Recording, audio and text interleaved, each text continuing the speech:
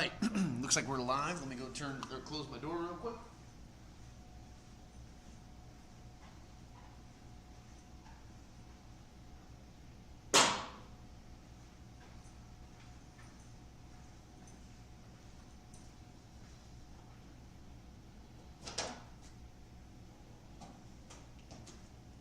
All right, hello everybody. Welcome to another camera class.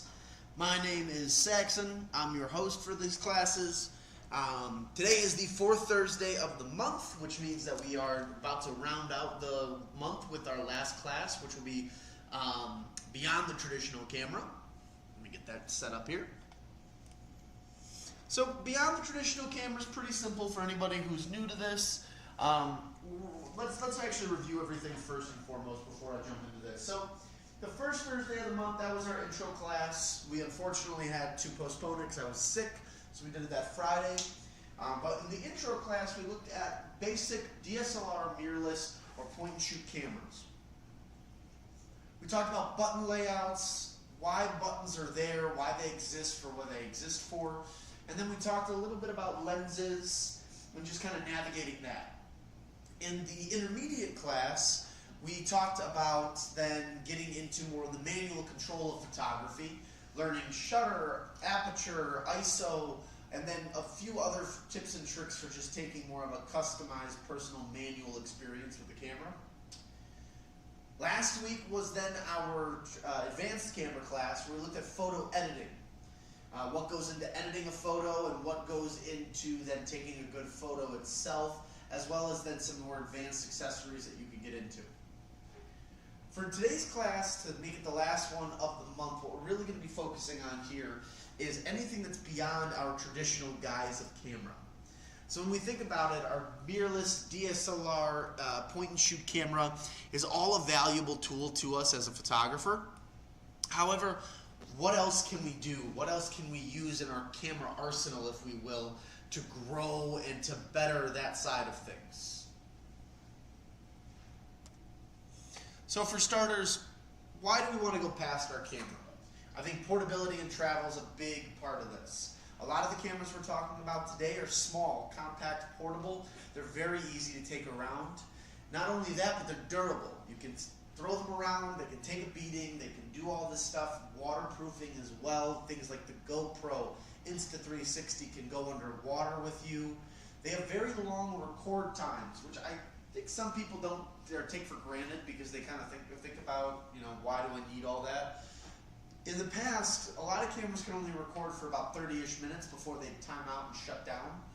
These guys can record for almost an hour, if not close to 2 hours, depending on the mode and the battery life that it has, which is a huge feature. If there's something you're doing that takes a lot of time, I get people who say they're going to film their kids' baseball or basketball games. Well, the whole game, you're not going to be able to record that in 30 minutes, so that's a really nice feature with these.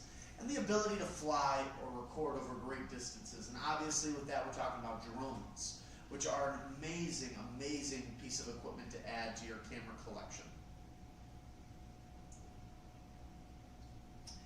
What am I really getting at when I mention all this stuff? The idea behind this is that there are things that are available to you, the photographer or videographer, that can take whatever it is that you're doing for your camera equipment nowadays and enhance it. Give it the ability to do a bunch of other features and give you, the user, a really nice end product at the very end.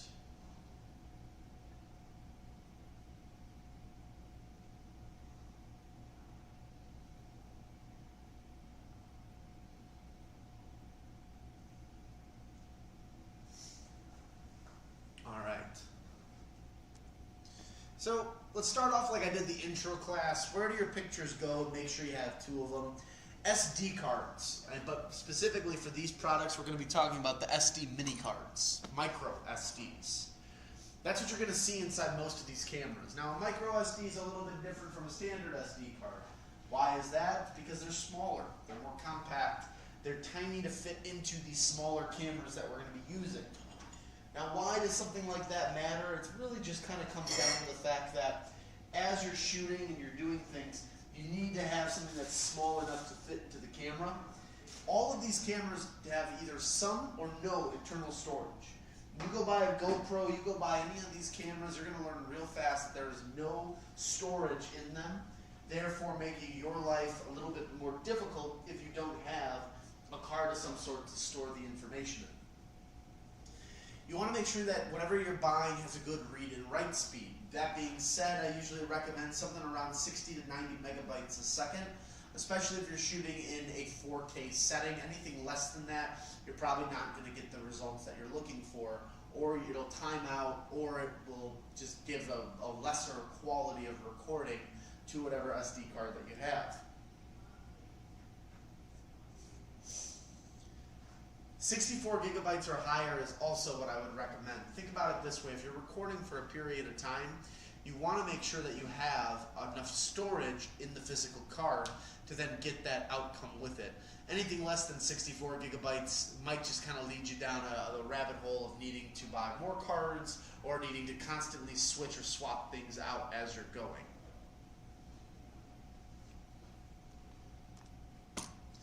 Now, I describe it like this: your pictures should never live on your memory card. The idea of the memory card is for the images, videos, and everything else that you're taking to be saved to and then delivered to some other device, typically a computer of some sorts.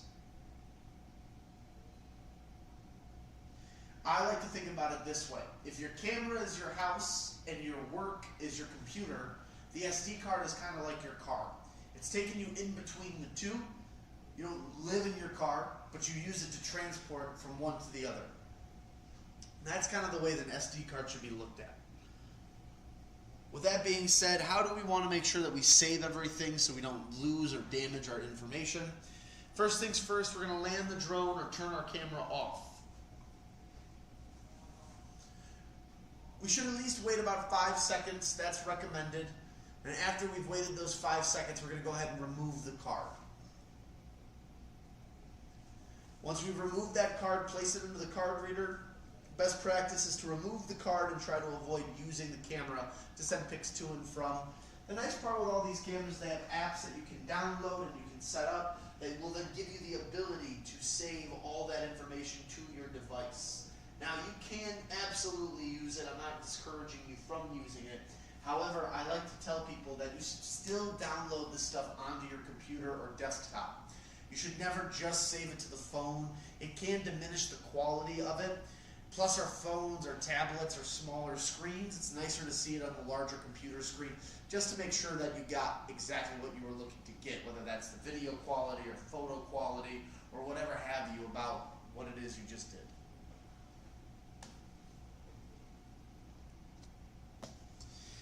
When you're using your, when you're sending the images from the camera to the computer, you want to make sure you use a good card reader. I'd recommend investing in one. It's not a bad buy. They're relatively inexpensive, and really the idea here is that you aren't just plugging in your camera and using that to transfer the images. You're actually taking the time to use something like the card reader, which just ensures that your camera and your photos don't get damaged in the meantime of transferring. Let's say that you plug your camera in, you accidentally unplug it as you're transferring images. There's a possibility you could lose everything via that transfer, and possibility that the camera malfunctions in some way, shape, or form. So it's better recommended to remove the physical card and insert it into one of these card readers. And again, you can buy whatever one that you like and whatever works best for your needs.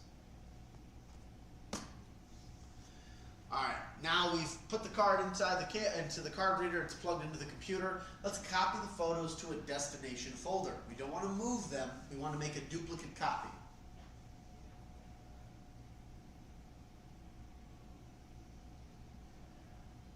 From there then, if we're using Windows, we're using Explorer to do this. If we're using Finder, then we're going to go through Mac.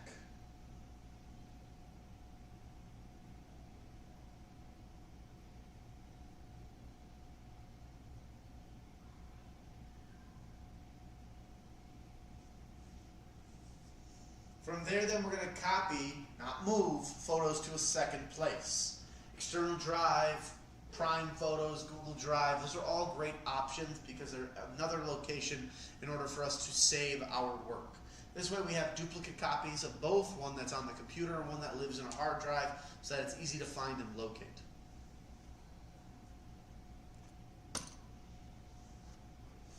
So we've gone through that. We can eject the card before physically removing that, and then format the card in the camera. I recommend not to erase it in the reader, only because if you're using this micro SD card for multiple cameras, plugging it into another camera and then formatting it is usually a better idea than necessarily taking it and erasing it in the reader. If you insert that into the camera, then from there you can go through and re-download or make sure that the card is primed and ready for the camera that you're using in particular. This should be your backup plan. This is the way that you should be looking at it. We start with the SD card. The SD card is what captures all the information from the camera. Once we have that information, we want to transport that to our computer. So we're going to copy all the files through a card reader into the computer, so we now have a downloaded source. From there, then, we can connect that computer to either a cloud-based solution or a hard drive of some sort and duplicate the images onto that device in order to have two copies. One that will live on our computer that we can edit, sort through, and play with.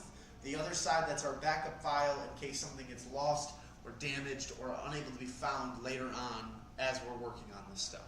The idea behind our photo video saving technique and why I like to pressure this so much in a few different classes is because this is an important thing.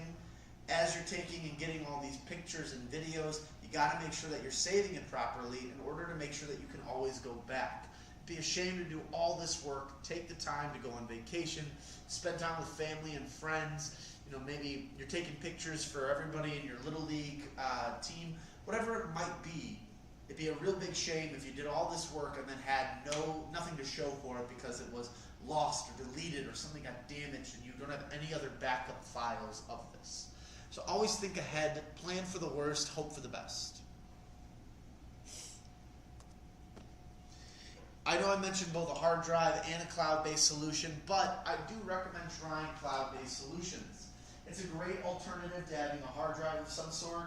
However, if you have that, then at least you are ensuring that you're backing stuff up. I like the cloud-based solutions though, because by doing the cloud-based solution option, saving all this stuff to your physical cloud, you can access this anywhere in the world that you're at. So if you go to a different country, a different state, and you want to sign in on a computer to get your photos and videos off of there, you can at any point in time do that when you're using one of these.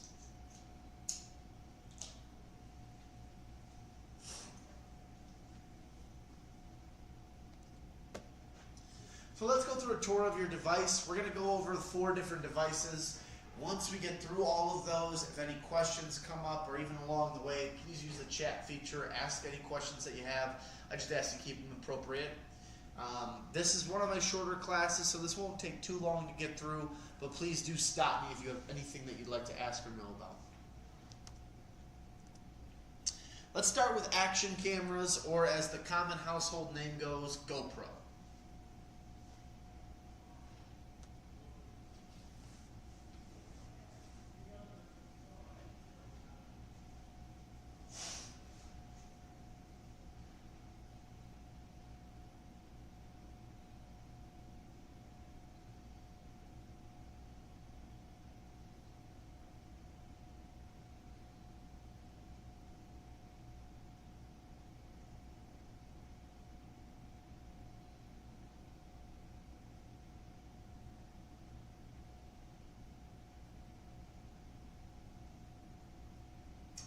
Alright, so starting off with all this stuff, we can really start with the fact that there are only 2 buttons on this camera. I think that's an important thing to keep in note. There's a top button. That's the capture button. That'll take the photo or start and stop your video. On the side of the unit, there is a power button. By holding down the power button, you will turn the unit on and off. But by clicking through it one time, you can then toggle between the things like time-lapse, photo, and video. But your screen is everything. There's 2 screens on there, one on the front, one on the back, depending on the model that you're getting. What you're recording on the back and what you're recording will show on the back and the front. The screen, though, has all of these features that you can control. So frames per second, angle and lens millimeter size, your video quality, hindsight, hyper smooth, and then the front screen will show your video and duration of the video during selfie mode, so you can actually see what you're recording and then how long you've been recording for.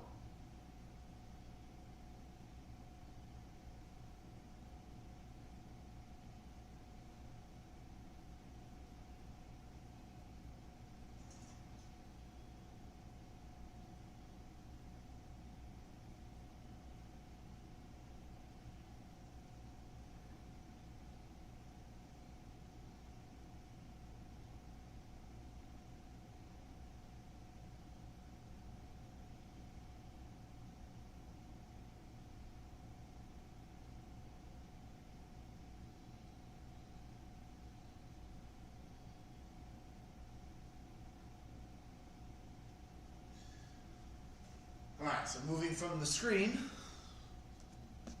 your modes. Now you got a couple different modes that you're toggling through when you press on that power button.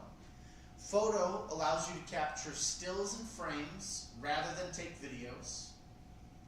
Time lapse, the video will record over a duration of time, anywhere between 30 minutes to 3 hours. Then it'll play back within seconds or minutes.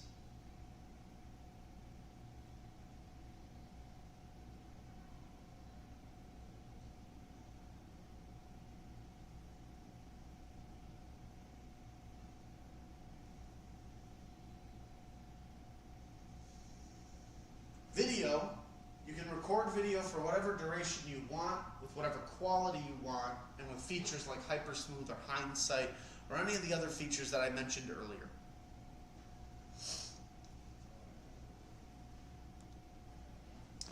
These are some of the different types of videos that you can get with it, but what I'm trying to show off in this case is just the durability, the usability, and what the video will focus on mainly while you're recording. The idea is that it is a first-person kind of view. You're able to get a really cool shot of whatever it is you're trying to do, and it can withstand beatings, it can withstand dirt, water, grime. You can throw this thing, it'll still work.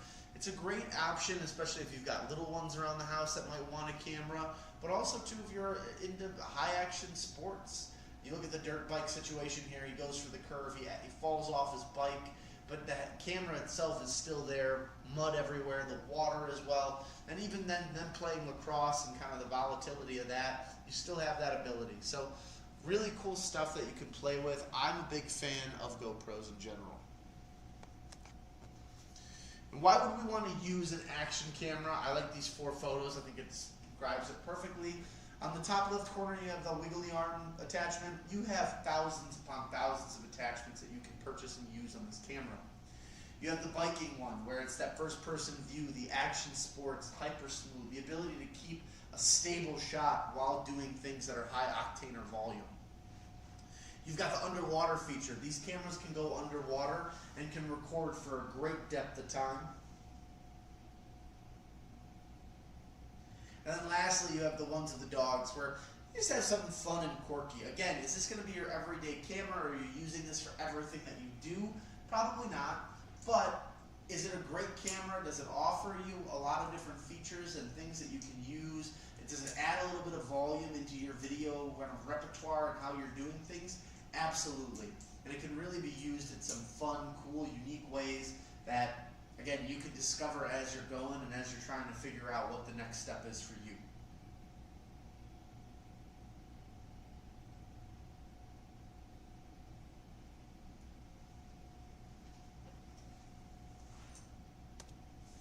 Drones. Now, drones have a little bit of a turbulent history right now because of the fact that they are very hard to get in the United States. We are hopeful that that's going to change with companies like DJI, and we should be seeing more product come through slowly but surely. So for anybody out there who's interested in buying a drone but is a little nervous because they're not sure what the future of these things holds, it's getting worked on, it's getting better as time goes on, so I wouldn't be fearful there. But without further ado, drones. So drones come in many different shapes, sizes, colors, features. features, etc. However, the main drone we're looking at is what we call the quadcopter. We call it a quadcopter because it has 4 different blade propellers. So if we look, though, there are so many out there. We'll start on the very top. The single rotor looks like a typical helicopter.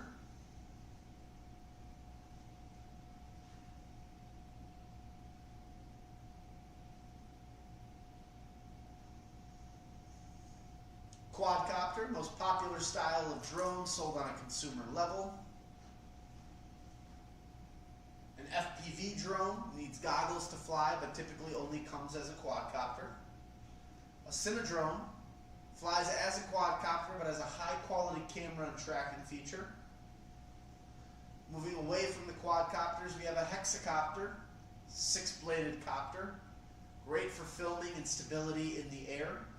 Then a fixed-wing rotor, more of a plane experience, great for people who want less of that copter experience and more of a plane type or just kind of fun version. Not the best for filming or for cameras, but really cool if, again, you're trying to just play with this and do it more for a hobby. The idea with any of these drones, though, is that for the most part, they're all about flying and capturing video. But it's important that you understand there are different types because some people aren't interested in the video aspect, which is mainly what we're covering. However, there are other things out there if you're a hobbyist or an enthusiast and want to get into XYZ features. Again, the main drone we're looking at is the quadcopter. Reason being is that it doesn't really require too many permits or serious licensing to fly.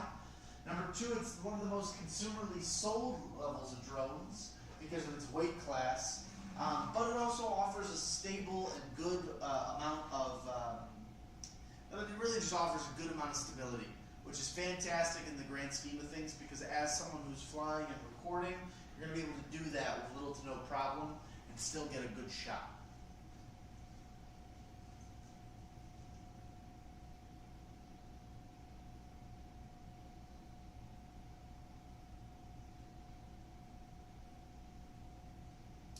So there are 2 different types of controllers, the Pro versus the phone controller. The drone will require some form of screen to be used when flying. DJI, for example, will have you connect your phone to the controller. Other Pro controllers will have a screen built in, and they will show you everything on that screen as you're flying. So depending on which one you go with, the Pro controller that has the built-in screen is typically a little more expensive, but the regular controller still works the same way, but this time you have to use your phone and plug that into the controller.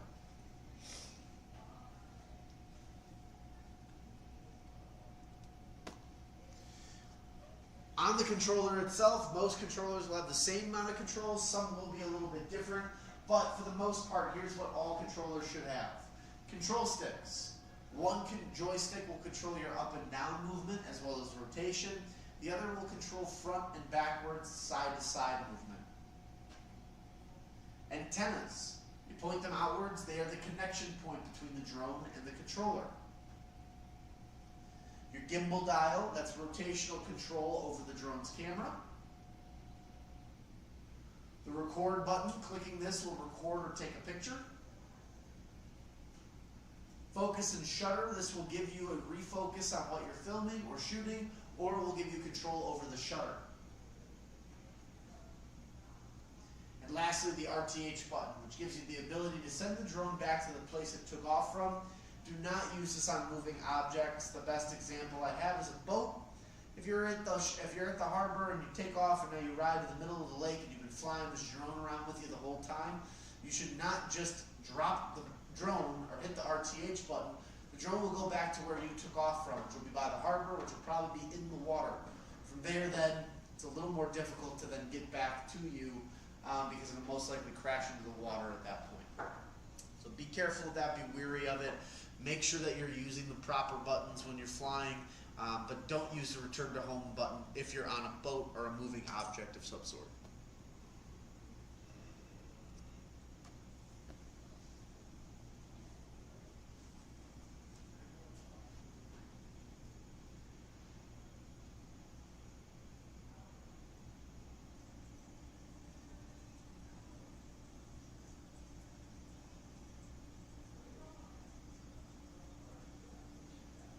Next up, we have on the screen, as we're flying, flying, here's what you're going to see on screen. Distance from you and drone. Altitude of drone. Your ability to switch between photo and video. Map with geofencing and surrounding area. Active track, cancel or start. Another return to home button, and the immediate land button.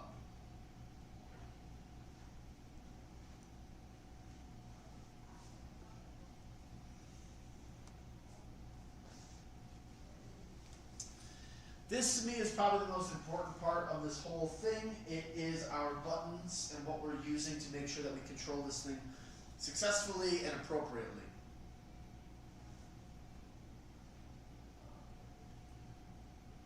So the FAA is the Federal Aviation Association.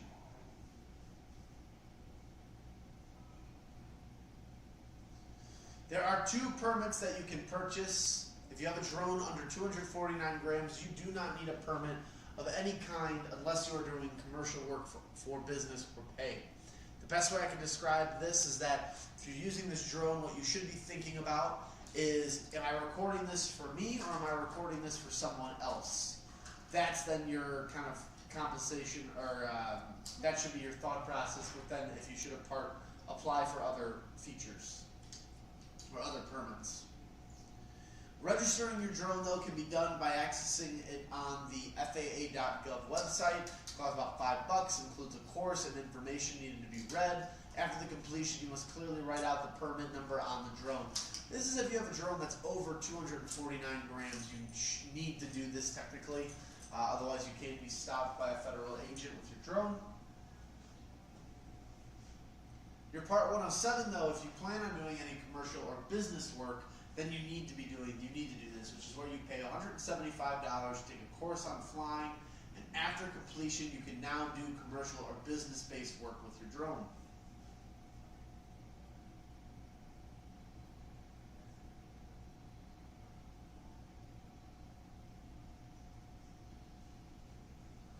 Geofencing, it's a virtual wall. The drone will not allow you to push forward or fly in this area. Typically, the fencing exists by airports, government buildings, national parks, and certain cities and properties.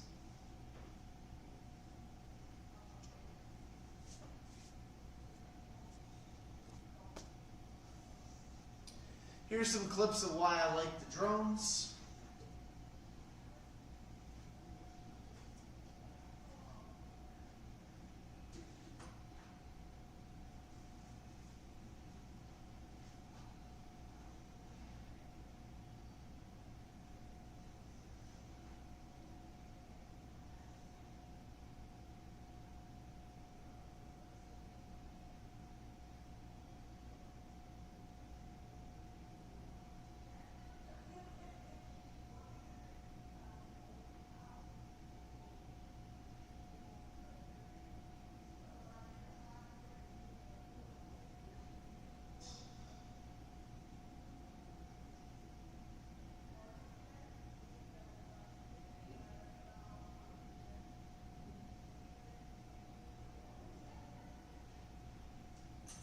We're looking at larger than life pictures. We're looking at active track. We're looking at the ability to get skylines and cityscapes, and also sprawling beaches, things that are landscape oriented and then architecture oriented. There's a lot of fun we can have with drones that I think that anybody who's into this kind of thing, whether it be photography or anything else, would really get a kick out of it and enjoy. That being said, why do we want to use a drone? It's because it's a really versatile addition to our camera arsenal. It's our ability to climb new heights and see things that beforehand can only be explored via a helicopter and a camera. Now you can simply go wherever it is you're trying to get to, put the drone up in the sky, and get those same shots in crystal 4K viewing that matters. You can really get amazing group shots featuring lots of people, landscape and architecture from heights and angles that you probably never would have been able to do before, and it just adds a really fun, cool toy to your arsenal of camera supplies, so that way you should really never have an issue with getting a shot or doing something because of this added piece. I love my drone. I bring it out for every photo shoot I do, even if I'm not using the drone, because you never know when a client or when somebody out there might ask for a drone shot, and I have that ability to then take that for them. It's really cool. Next thing we'll do is talk about camcorders. Now, a camcorder as a whole, why would you want it? If you're a videographer or you're really serious about taking video, there's nothing that beats a camcorder or a cinematic camera of any kind. The reason I say that is because these cameras are built specifically for video. They're made in such a way where they're going to be best suited for your video applications and for the recording. That being said, not to say that your mirrorless or DSLRs can, but there is something to be said about it, just a solely dedicated camera for video. On the camcorder, you're going to find these buttons. The power button, the record button, zoom toggle, photo button, focus knob or dial, iris or aperture control, shutter speed, and white balance. And lastly, playback controls. So pretty straightforward, pretty similar to what we've already experienced in our regular cameras. However, now we have them on the camcorder, and it's more of a dedicated camera to just video. Even though you do have some photo capabilities on there, primary focus on this is video.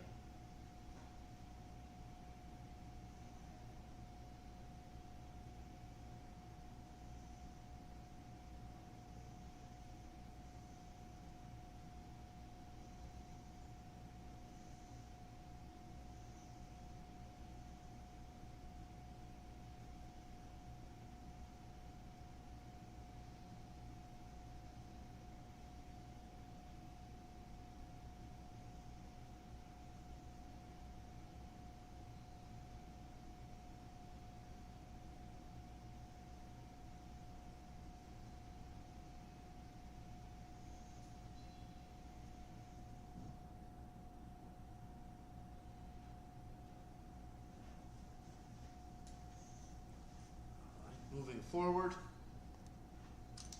Here's important settings on the camcorders. Again, it's pretty self-explanatory. It's hard for me to get into too much detail with this because I feel like a camcorder, as a whole, camcorders are going away. FX cameras or film-based cameras are coming back. Things that are primarily made to record video. However, I still get people who ask questions about this stuff all the time.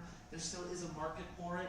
And for anybody who's not interested in using a mirrorless or DSLR camera to do the videography, this is the next step.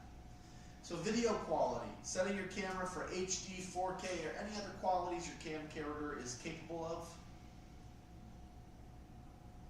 Image stabilization, setting your camera to have image stabilization on will ensure you have a non-shaky video.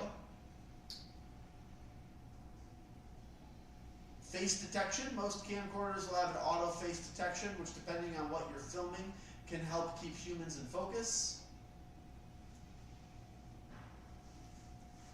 Frame rate, the rate at which you're capturing frames for your video. Lesser rate, better for simple or standard videos. Faster rate for sports, action, or slow-mo.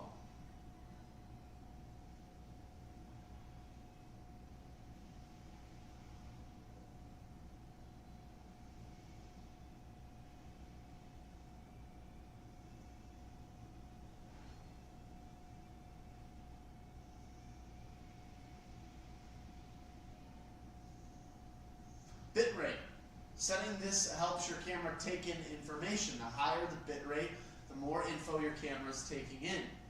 Exposure control controls the darkness and lightness of your video as well.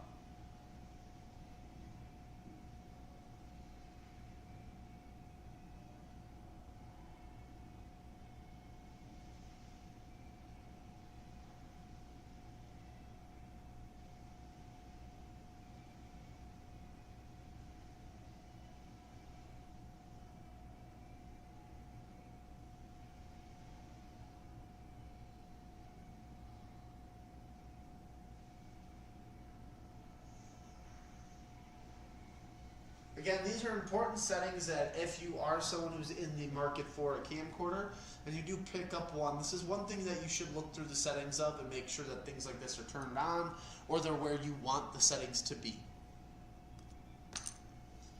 Why use camcorders? Pretty simply put, they're very portable and they're very ergonomic in the hand. They're small, they usually have a strap that loops around the side. They're simple to use and operate, they take good video. Some of these things, especially for the Panasonic brand, have some of the best zoom I've ever seen a camera of its stature have. You can make it very cinematic as far as the shots are concerned, but then also the portability in travel and then accessories make it really versatile. Adding microphones, hoods, filters, extended batteries, grips. There's so many little features you can add onto these cameras to really bring your video game to the next level, and it's really incredible what can be done there.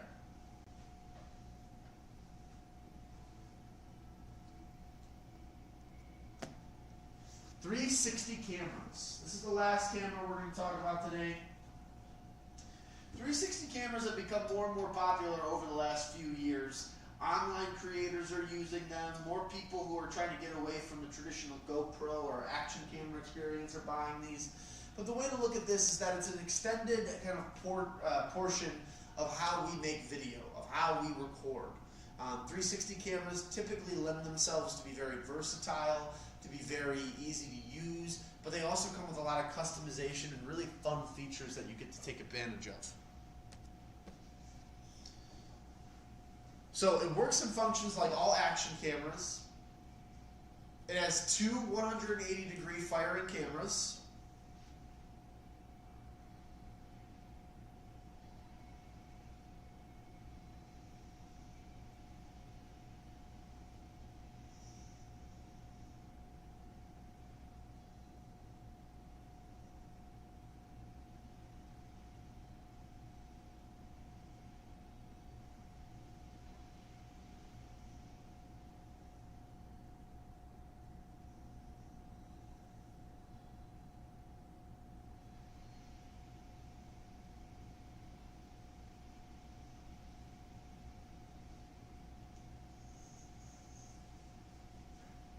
Works with one or both of the cameras.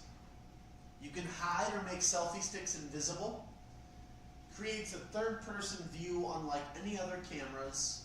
Videos can be viewed from a VR headset, and it's small, compact, and extremely durable. Again, very similar to action cameras and that form and function.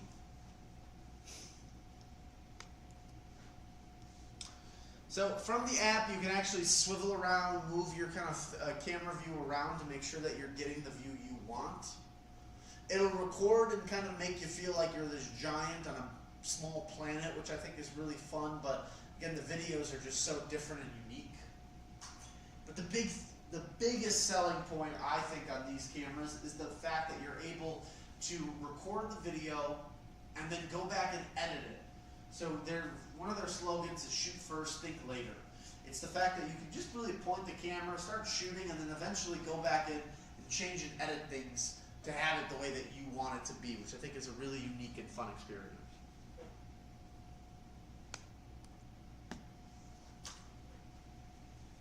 Lastly, why should we use 360 cameras? Why should we care?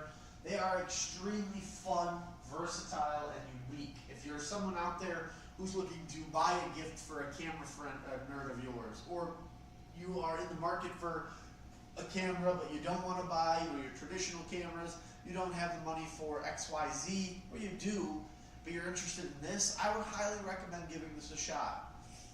Content creation, fun videos, family vacations, trips, concerts, whatever it is that you're trying to do, you're going to be able to take such a cool video and experience with this camera that I mean, I don't think you'll ever get out of any other camera that you decide to go with.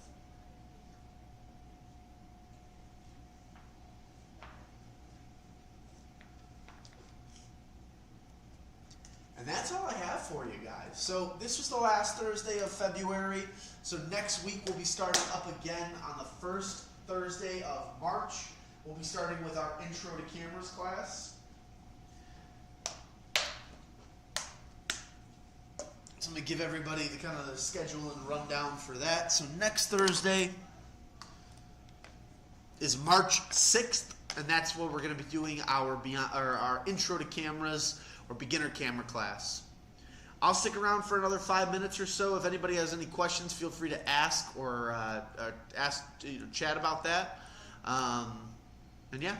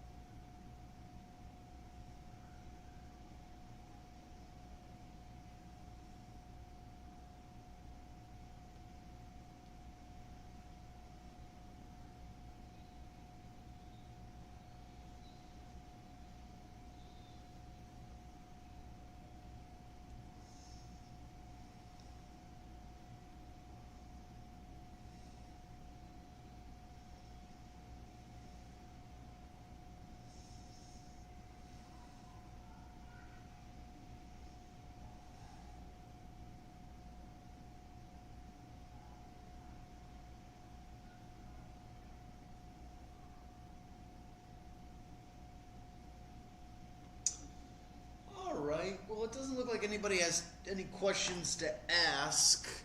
I won't keep everybody here then much longer. Thanks for joining. Thanks for coming out. Every week I like teaching this class, or these classes in general.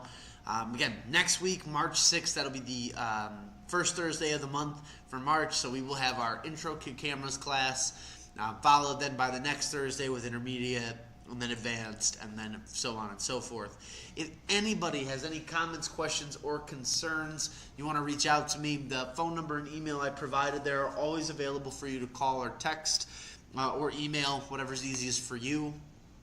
I'm here every day except for Tuesdays and Wednesdays, and if I'm not here, anybody in the small electronics department located by the fish tank will be more than happy to take care of you and get you set up in the right direction with whatever your needs are. So thanks everybody for being here. Have a great rest of your day. Happy weekend, and I will see everybody next Thursday for